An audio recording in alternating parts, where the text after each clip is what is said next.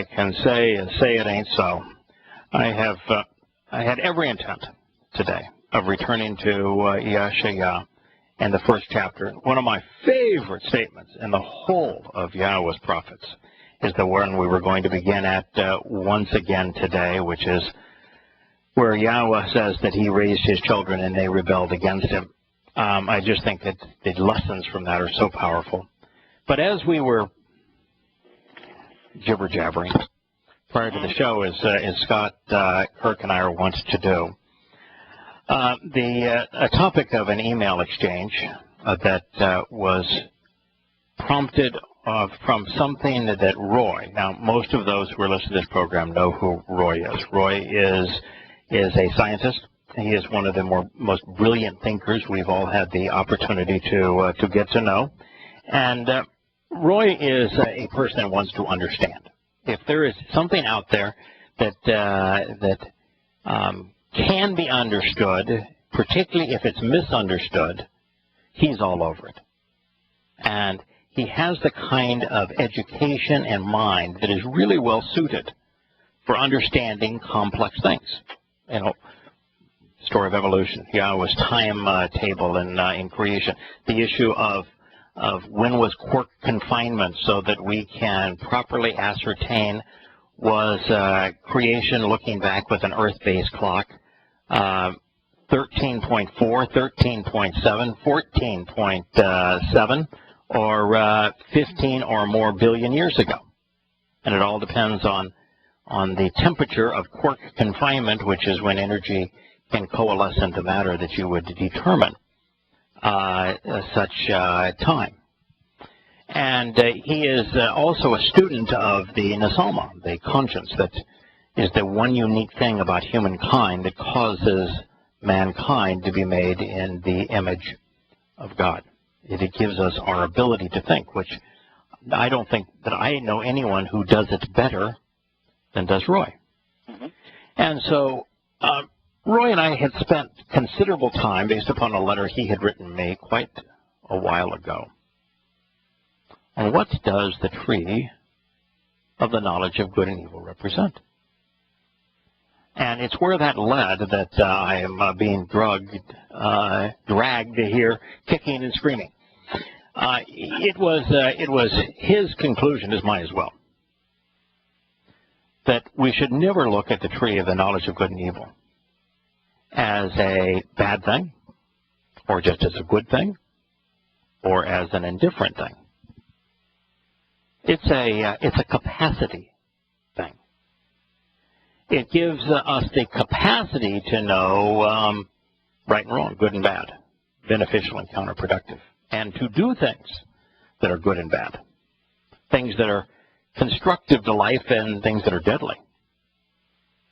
And when Adam and Yahowah were enjoying their one another's company in the garden had no access to anything that was deadly, anything that was corrupting, anything that was not beneficial. Everything in the garden was beneficial. Everything that surrounded Yahowah and his creation, Adam, was marvelous. And so Yahowah, the last thing that he wanted was to have a robot, a toy, a token. You know, he didn't want to be like the cat with the mouse that wants to play with it before he devours it. He wanted a genuine relationship. And therefore, for that to occur, well, he wanted to protect his newly minted son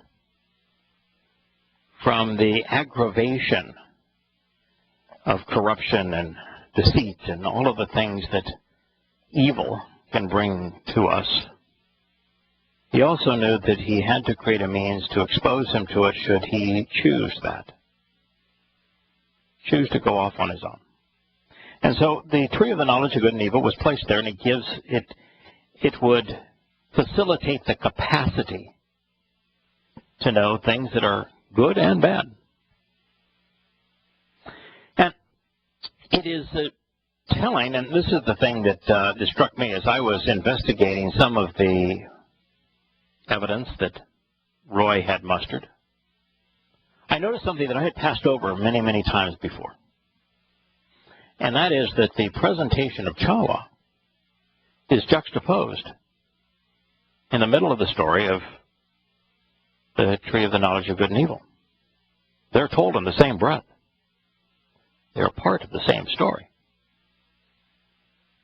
And so what I came to the conclusion, Kirk, and this is a really unpopular conclusion, because Roy recently, about a week or so ago, wrote about the intersection of the Nesalma and the purpose of Yahowah.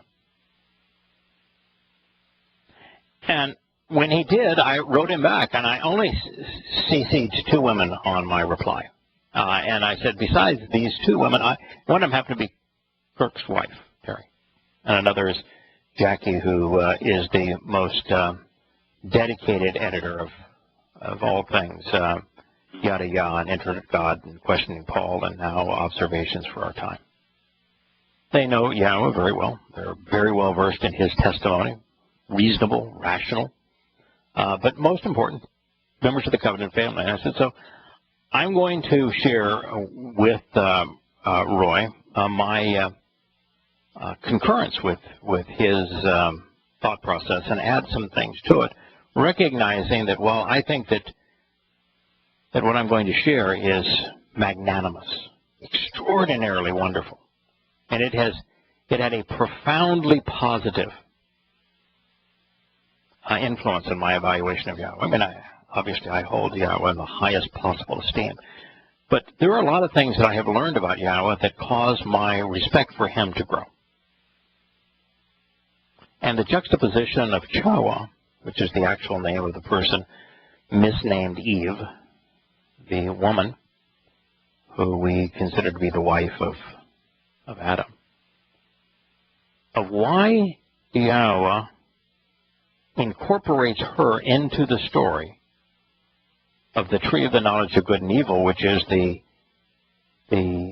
one thing in the garden that was specifically put there to facilitate free will.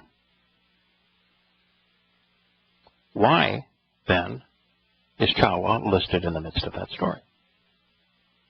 Now, one of the things I tell people a lot of times as we're dealing with something that's also a lightning rod story, there's a number of positions that I have formed as conclusions based upon studying Yah's Word that I won't claim that my conclusions are all true, and I'm very open to people who have different interpretations of Yah's testimony.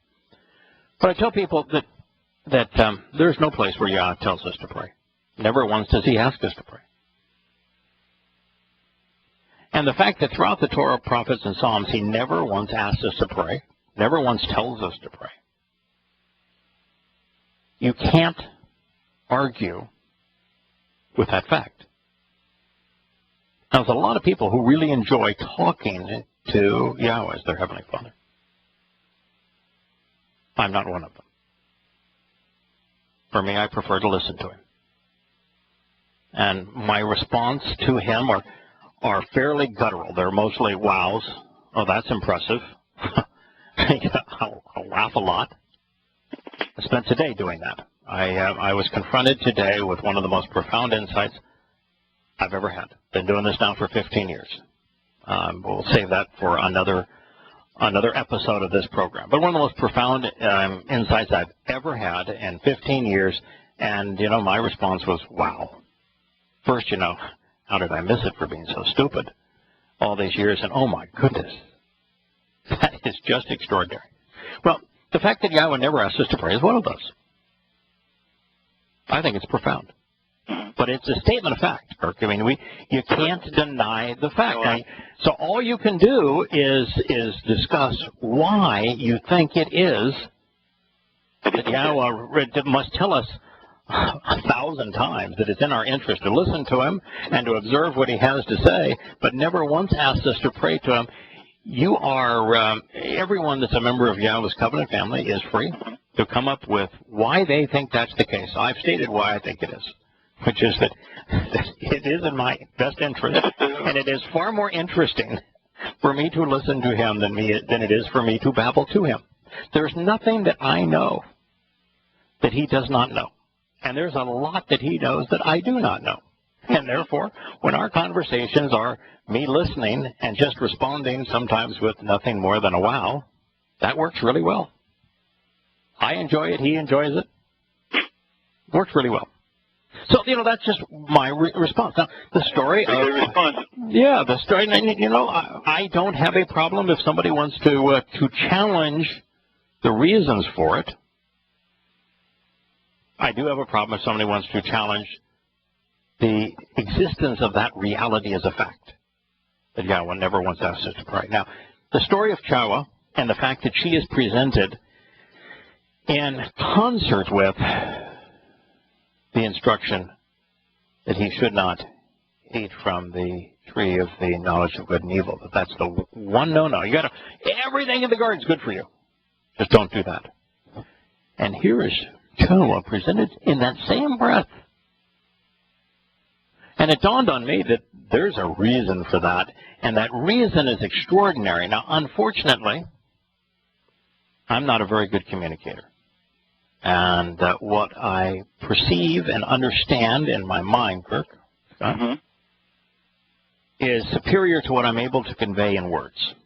But I'm going to because we've been dragged into this, and I am I don't know, by Roy initially, and then but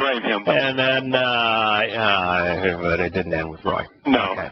And I've never been I don't particularly like controversy in this regard. I mean, you know that when I have been attacked and I think that it just doesn't become fun anymore, I just back away. I took a year off doing radio because I was assaulted in a way that just took all the fun out of it, and I just backed away. And I said, I don't need this anymore. So I'm not really a glutton for punishment in that regard. I don't mind being attacked by people who don't know Yahowah, but this is not real controversy. This is just it's controversial. Well, okay. Don't you kid yourself for a moment. This is really controversial, and this is controversy that is the most difficult for me to deal with, because it's controversy from people I respect that know Yahowah, and that's not the kind of controversy that any of us do well with when we're at odds with one another on it. Now, I want to share with you what I think that this represents. I think that God is so magnanimous, that he is so comfortable with who he is, so secure, that God's to the point of there can be 20 billion humans, and so long as there's 1,000 out of that group of billions and billions and billions, I'm okay with that. I'm not trying to win a popularity contest. This is not some game. I'm not keeping score how many souls Satan gets or how many I get. One, tell you the truth, would be enough for him. Two would be better. Three, better than that. But it's not a game. He's not keeping score. And so what God decided, and I am trying to make sense of something that strikes me as extraordinarily wonderful, but a reality. The story of Yahowah is juxtaposed into the story of choice of the tree of the knowledge of good and evil. And it specifically said she was created as a companion for Adam. So it strikes me that Kirk, that means one thing with many additional implications.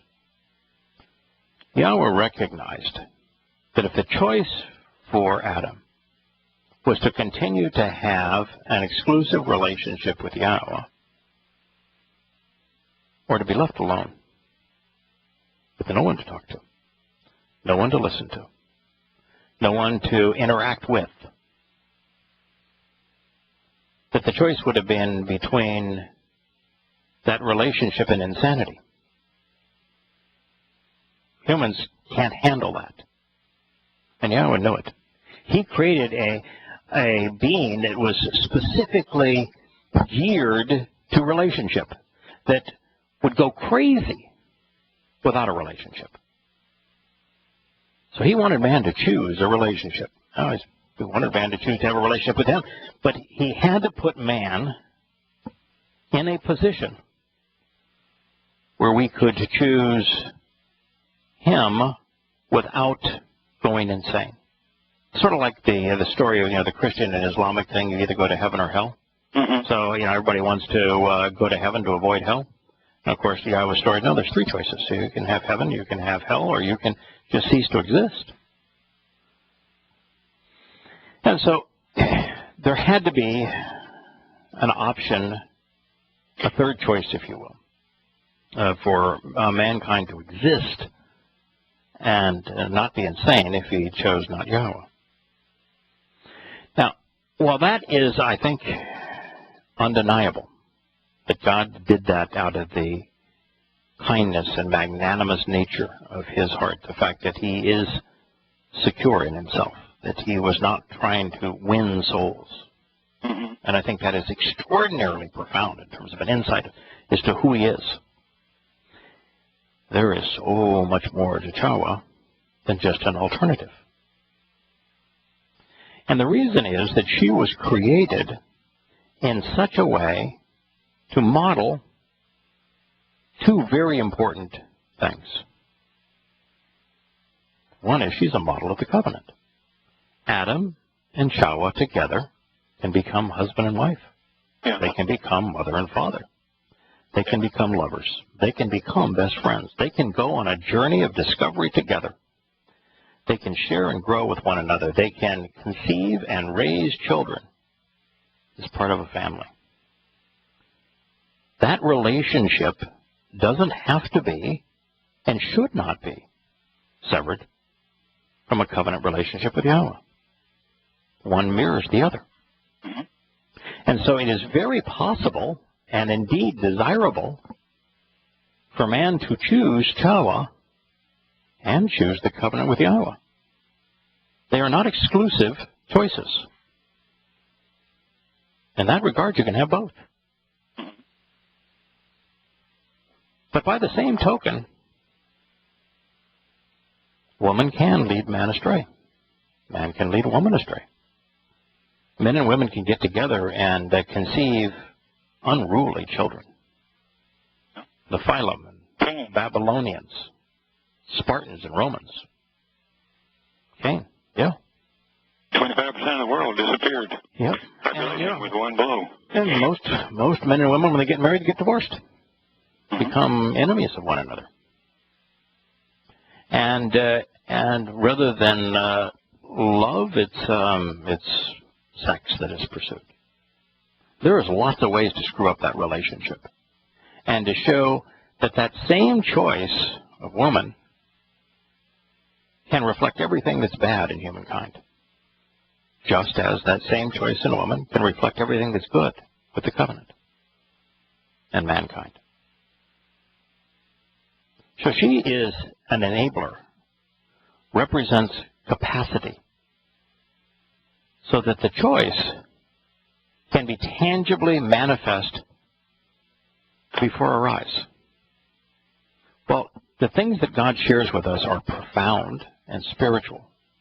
Almost all of them have an analog in the here and now, in the real, in the tangible.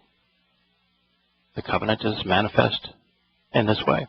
But Yahowah represents more than just the covenant and the potential to engage in the covenant the proper way and to raise a loving family. She also represents the choice to break that covenant and to corrupt the relationship that man has with God. But beyond that, the covenant manifestation of Yahowah, there's another manifestation. She, like Sarah, also represents the set-apart spirit. Now, is Yahowah the perfect embodiment of the set-apart spirit? No, nor is Sarah.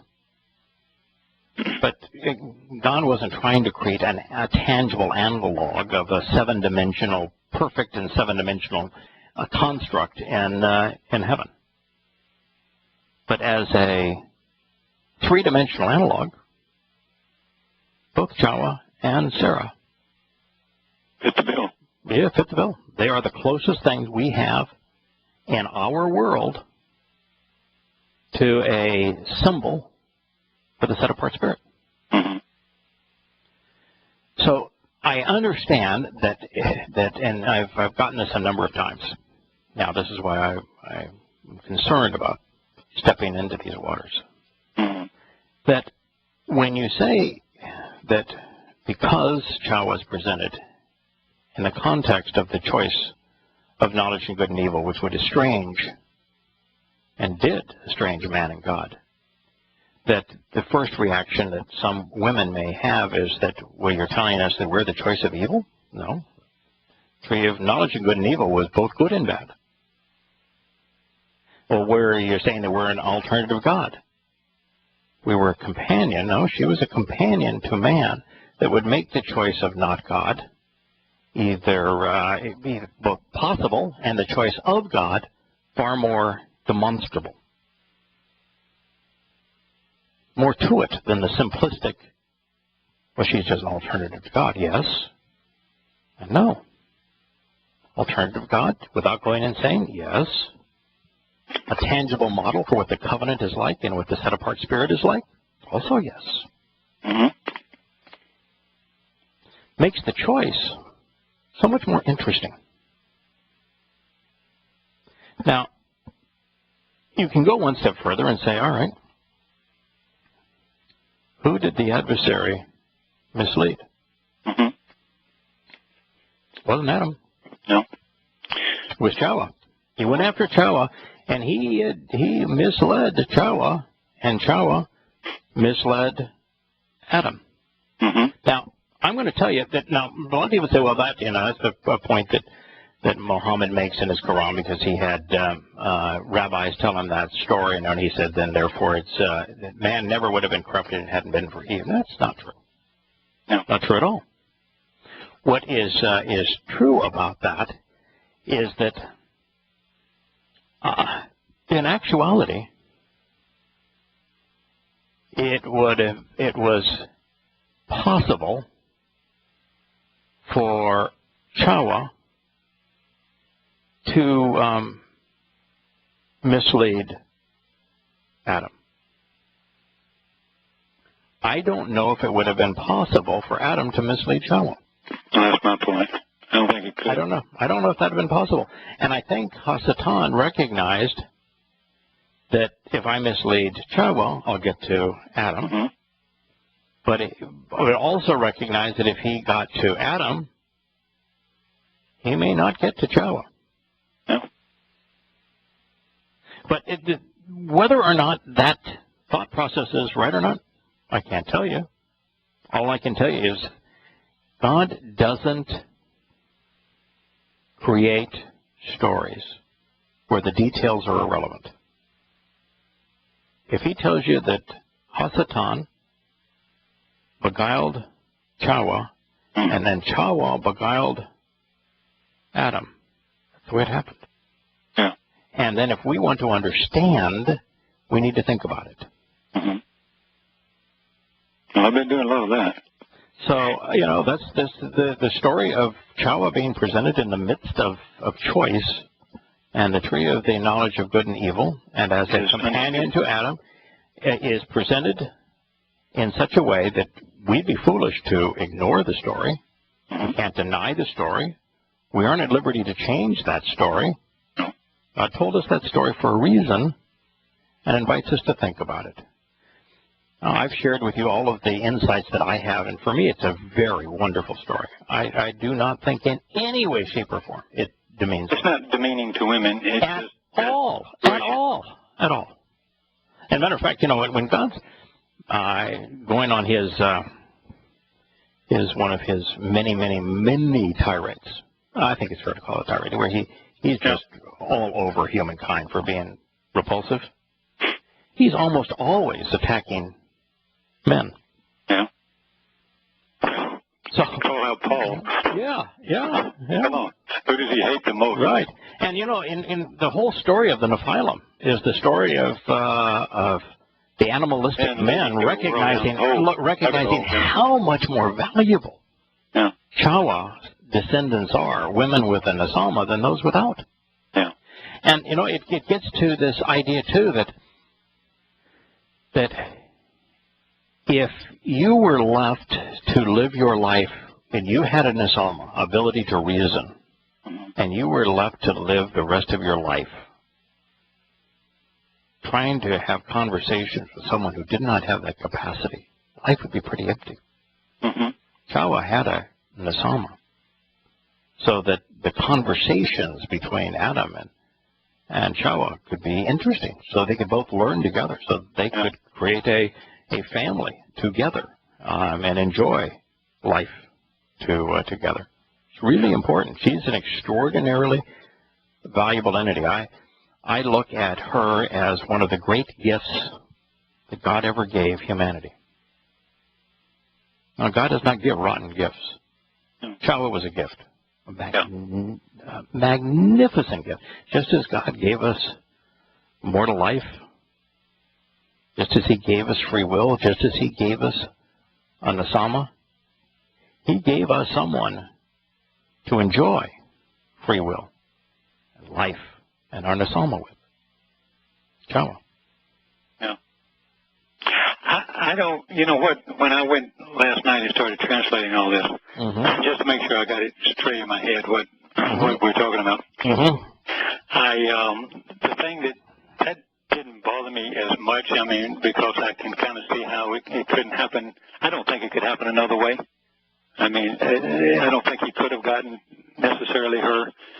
Without her, he may not have gotten Adam had a longer term of a relationship with Yah. It's always disturbed me that he didn't say, well, kill me, don't kill her, or when he was in a position to be an alternate, a unblemished lamb, so to speak. He could have said, well, give me another one. No, he didn't stand up. He just had no backbone. The thing that bothered me so much, he was there the whole time, according to what I'm translating. Okay, but keep in mind, even though at the time Adam and Yahowah both had an Asalma, they had no concept of right and wrong. No, well, they had no concept of death either. No concept of death. So when you tell somebody to die, you have no clue what that means. You get burned if you do this. If you never, what do you know? But had the ability to reason, but had not indulged in the knowledge of good and evil, had no means of being discerning about these things. Yeah. So we are in some ways projecting on Adam something that Adam did not even fathom how the defense of his wife at that point would have been the better call. Yeah. Because in fact it's like they were naked, that was a good thing. And then they were hanging out with God, walking in the garden, having lovely conversations and the like.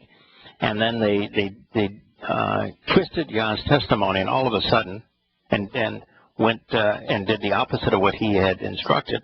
And all of a sudden, they weren't just concerned that they were naked. What were they doing? Hiding from God. Yeah, they were scared to death. So yeah, they were hiding. They had fear. They never had fear before. Right. They were hiding from God. Which means they had guilt.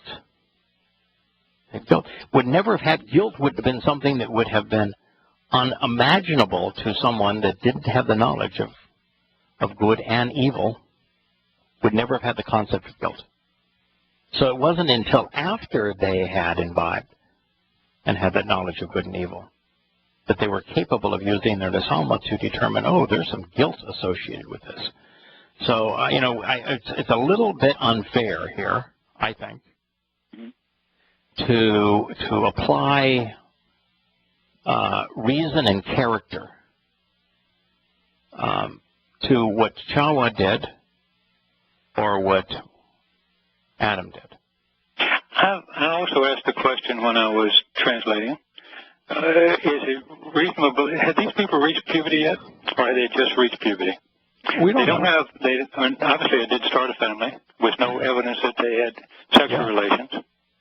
Yeah, I doubt. Time doesn't mean anything because it's not like normal puberty. He may have been many years older, but it doesn't seem to come into play but the minute they are out of the garden, they know one another and have child. Yeah, we don't know if they had sexual relations or not. Yeah. And my guess is that if you look at the anatomy and the design, the likelihood would be high. Yeah. I think that it's not just that she's a gift, but a lovely gift indeed. Mm-hmm. What I can say what requires no speculation, and I don't have a problem with speculation. I think some speculation is really helpful. Mm-hmm. What I can say without any speculation is that what we are told is profoundly important.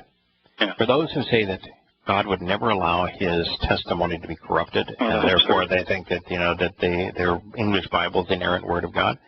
Well, Yahowah deliberately, knowingly, and purposely allowed Satan into the garden, and the first thing Satan did is misrepresent Yahowah's testimony. So this notion that God wouldn't allow it is in complete conflict with the key element of that story. And the second element of that story is what got Yahowah into trouble is that she added to Yahowah's testimony. Yes.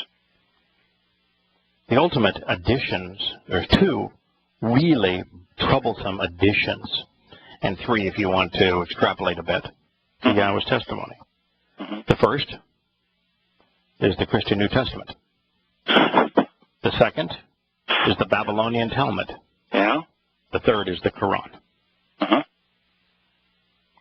What got Yahowah into such trouble was adding to, based upon God's willingness to allow His testimony to be twisted, she added to it Christian New Testament, Jewish Talmud, Islamic Quran. Now those are really profound facts that you don't require much interpretation of at all. Yeah, no. That's not any speculation there. The other thing got me was when he said almost immediately, for this reason, they will leave their father and mother. Mm-hmm. And it's got to be spiritual father and mother because they didn't have a earthly or human father and mother. So it's almost prophetic at that moment that he's predicting what's going to happen. Yeah, I think it's prophetic of two things.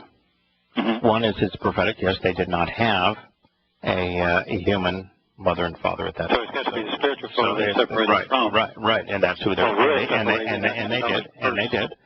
But also, in the first prerequisite, the only prerequisite for participating in the covenant, there are three things that in that prerequisite requests of Abram. Mm-hmm. One is that he walk away from his country, right, which was Babel, and therefore the corruption of religion and politics. The second thing is, as part of that prerequisite, is that he disassociate from identifying with that religious and political community and from that culture. And so that was the second aspect of it. And the third was to walk away from his father's house, to disassociate from his father's house. And so you have here the covenant. If you want to participate in the covenant, you've got to choose the family of Yahowah over the family of man. And so here Yahowah modeling the covenant on the positive side and the family of man on the negative side. And so as a model for the covenant, they would leave their earthly mother and father to be with their heavenly father. But in the garden, of course, they would be separated from their heavenly father and mother because they did not have an earthly mother and father. So both of them are there, and I think both aspects prevail. Yeah. Terry brought up another reason for another little insight I thought was interesting. Because when Terry was young, in her 20s, she became a vice president of a rather large corporation. Mm-hmm. Always held those type of positions through her working career. And so and she's a human resource manager, so she knows a lot about people. And one of the things she said that there are very few women who want to be a CEO. They don't go for the power. But all women seemed to love gleam. You know, Satan was light. He was shiny, sparkly, Christmas lights, all that kind of good thing all wrapped. Yeah, he was. He was. So he was an attractive thing to her that he probably would not have been to. Yeah, that's probably true as well. To there. So for what it's worth. Yeah, particularly when you. I'm glad that Terry is saying that because not me, because I don't want to be. I don't want to be accused of that. You know, but it's you know, in there knows a whole lot of them. So. To the degree that she is a professional in human resources and knows the what in a very big scale women generally and differ from what men and women want. Yahowah is not flashy. Now, is Yahowah's light infinitely superior to his creation of Satan? Yes. No doubt. But guess what? Yah is never flashy, ever. And Satan is very flashy. So that's why Satan is always presented as the whore of Babylon and the adulterer with all of the lipstick and the jewelry and the fancy clothes and the beauty and the seductiveness. So indeed, that's a really valid point. Is that the flashy, seductive Satan probably would have or could have, I guess, appealed the most more. appealing to her, probably. Yeah. Yeah. Now it's interesting, by the way, that the penalty for man and woman really aren't penalties. Man's penalty was he was going to have to work. Going to toil for his nutrition. But what is it that we do that's more rewarding than working to learn, than working to build this relationship, to enjoy this relationship? It's the things that we build, the things that we really make a contribution to, that we act upon and engage in, that make all the difference, that make life worth living. That's not a liability. It's hardly a punishment. That sounds like a really good thing to me. Well, we got to be engaged in something, or we'd go nuts. Just be that way. So you got to have something to do. Right. So I view work as an extremely positive thing. So that's not a penalty. And then by the same token, if you were to look at Yahowah, her quote unquote, I have air quotes here, penalty was pain in childbirth. Childbirth. You know, I know my wife pretty well. We had 2 sons. My daughter-in-law just arrived with our granddaughter upstairs. And I very up close and personal in the sense of what she said the morning we walked in to the hospital after she delivered our little granddaughter. And she spoke, said, even the pain was just something that was so special in this moment of my life that I have, all of my life, this is what I've wanted. And even the pain that associated the birth, she says, I looked at as a real joy. And all I can do is just beam about this moment. And my wife never, ever mentions in the raising of, and the delivery of our sons that, hey, that was really painful. Was it? Yeah, it was there. With one, it was really painful. The other one wasn't painful at all. What's painful is when they say and do things now later in life that hurt. But the joy of being a mother is the greatest thrill I think that any human has. I don't think there's anything even that we as men ever can participate in that is as great as the joy of being a mother. And so I can't imagine, and it's not easy. It's like everything worthwhile. There's nothing worthwhile that's easy. I don't view that as a penalty either. God's saying to Yahowah, the thing you're going to love the most, the thing you're going to love the most is going to be really hard. But that's what's going to make it special. Yeah. Part of what's going to make it special. Not anybody can do this. You were specifically created to be able to do this. So I look at that as even as a positive thing. So, Kirk, I know that Scott has some issues, and we're going to have a shorter program here, and we're nearing that time. But so I just to say, since your wife was one of those who got a chance to respond to this discussion, what's your sense? You did a very nice job of staying neutral in all this, because you don't want to get in. I don't want you in trouble. But the last thing I don't want your wife. I don't want your wife mad at me. I understand that she was the target, and she gave the fruit to him, yeah. But the whole presentation. You can't walk away from that. And the results, the consequences of those actions. The thing that disappointed me more than anything else is looking at it from a male standpoint. This dumb jerk took it like it didn't. He walked away from y'all like nobody. He didn't. But that's awful. I'm going to defend both Adam and Yahowah here. Okay. Well, they were on the other side. They were on the other side of the tree of the knowledge of good and evil. Mm-hmm. They had an asalma, which means they could engage in interesting conversations. But there was nothing in their makeup that would have said, well, this is the wrong thing to do. This is a bad choice. This is not beneficial. This is counterproductive. They had no knowledge of that. Yeah. And you had to know that, too. Well, of course he did. He knows all this stuff ahead of time. But look how much more interesting it all became. Yeah. Look at this opportunity that we've been given to get to know him through the Torah. Look at how wonderful this whole story is, how interesting it is, how we'll be able to talk about this and grow and share for all time.